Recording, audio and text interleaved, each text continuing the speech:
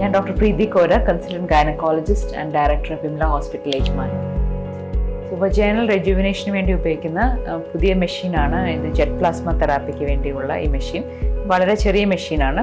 ഇതാണ് അതിൻ്റെ പ്രോബ്.